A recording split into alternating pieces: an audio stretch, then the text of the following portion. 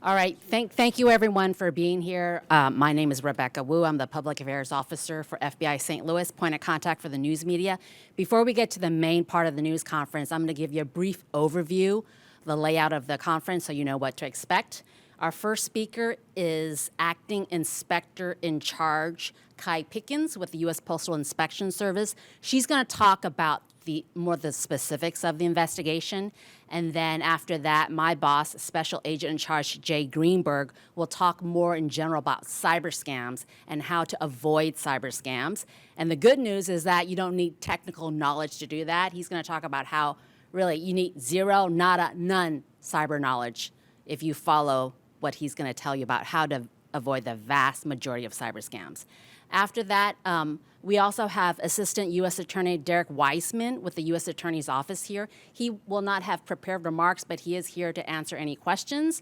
After that, we will open it up to all questions. And then at the very end, we will play a video PSA from the U.S. Postal Inspection Service about reshipping scams, so in case you need more video. So, ma'am?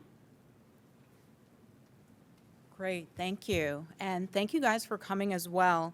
So my name is Kai Pickens. I'm the Acting Inspector in Charge with the Postal Inspection Service for the St. Louis Field Office. And just a little bit about the Postal Inspection Service is, we work a variety of crimes, and one of those is to investigate perpetrators that utilize the mail as a means to further their criminal activity, and that includes mail fraud and wire fraud. So our agency's developed a very close relationship with the FBI to combat these crimes, and it's that partnership that has led to the joint disruption of a large-scale reshipping scheme whose operation is primarily in Russia. So our investigation revealed that a company identifying itself online as localpost-us.com was recruiting and hiring unwitting persons to receive and to reship various packages containing goods, mostly computer equipment and electronics, through the U.S. mail and other commercial carrier service. Unbeknownst to the employees, the goods had been purchased with stolen credit card information, and the business was part of a scheme to ultimately get the stolen goods into the hands of the fraudsters. The scammers not only victimized those whose credit card information that they stole, but also those that were hired as so-called reshipping employees, some of whom were convinced to either divulge personal identifiable information or purchase electronics with their own credit cards.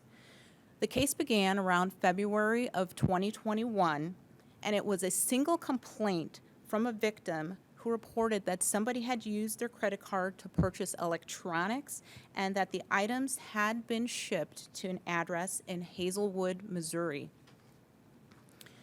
Postal inspectors investigated the complaint and found that the resident at the Hazelwood address had been hired by local post to receive packages and reship them to other addresses around the United States in exchange for $20 per shipment.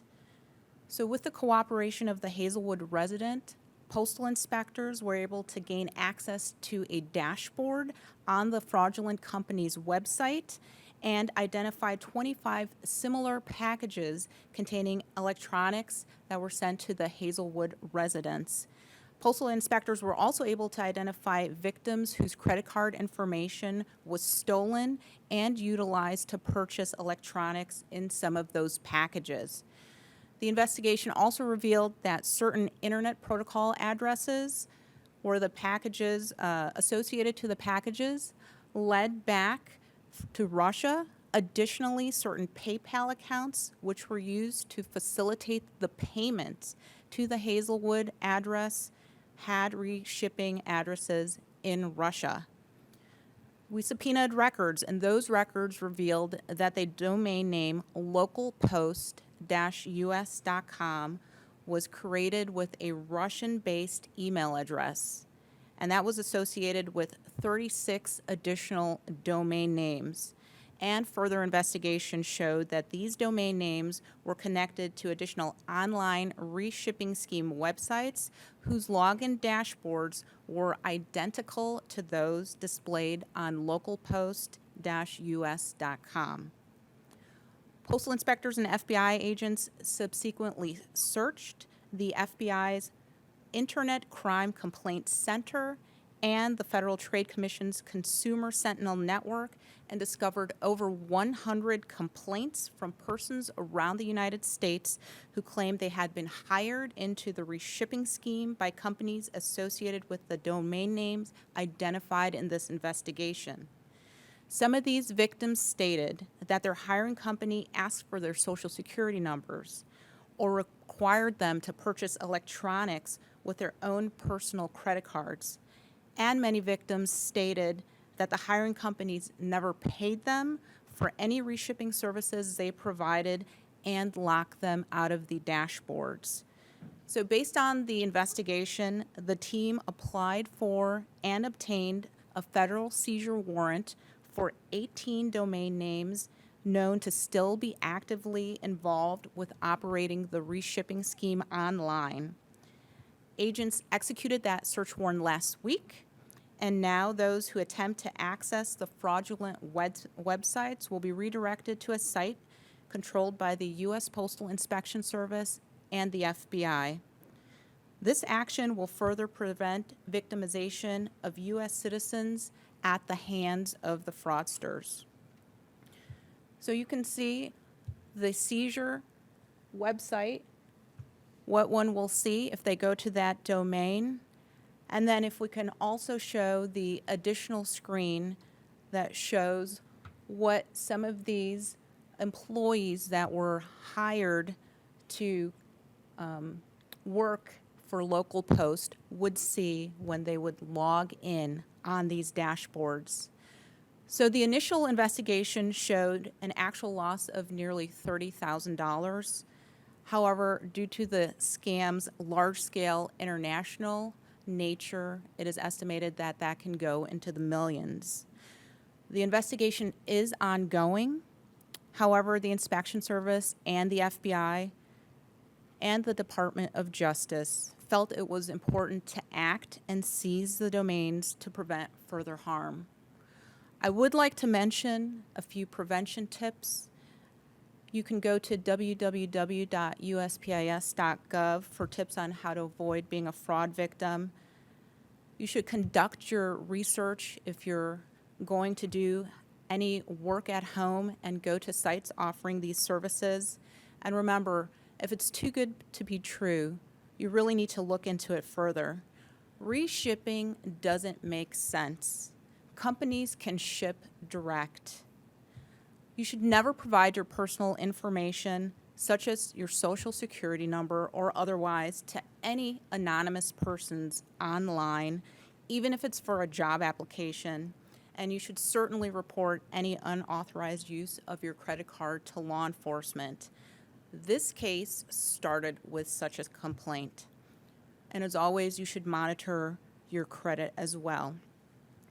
At the end of the press conference, we will show a public service announcement regarding reshipping, but at this point, I would like to turn it over to the FBI. Thank you. And thanks for being here to help us get the word out. So this case at its heart is really just one more example of international thieves stealing from unwitting Americans and victimizing Americans who are looking for good employment opportunities and just trying to live their life honestly every day. So what we want to go through is really a little bit more granular help for everybody out there on what does it mean. So if we can advance real quick, what we're always saying is if you find something out there and you want to pursue, whether it is an investment you want to pursue or some new employment or an opportunity that you think might be a good fit for your life, always doubt and check it out. And how can we do that? We're going to give you 3 quick examples here. The first example, if you look behind me, this is one of the domains that we seized through this investigation. So if you simply take this domain and search it online, what comes back is an actual business address associated with that company. So when we search that business address, we could then find that this was a physical location that was up for sale. And if you look further on the slide, or if you were researching this and considering going into it, there's an actual way to contact the agent who is responsible for selling that piece of property. Anybody who had called the agent to confirm that that business name came back to this location would have immediately been told that there was no connection there. And that would have been really the first clue that this probably did not add up the way that it was at first proposed. Secondly, you could go ahead and search the name of that company on the Better Business Bureau website, and searching it on the Better Business Bureau, it's a little hard to see on this slide, but if anybody was to follow the Better Business Bureau website and actually read it there, it is identified by the Better Business Bureau as likely a scam company or a scam of some type using this company name. That's what's in the small text that is hard to see. And then the final step, so that was searching the web, using the address was number one. Number two was searching the Better Business Bureau website.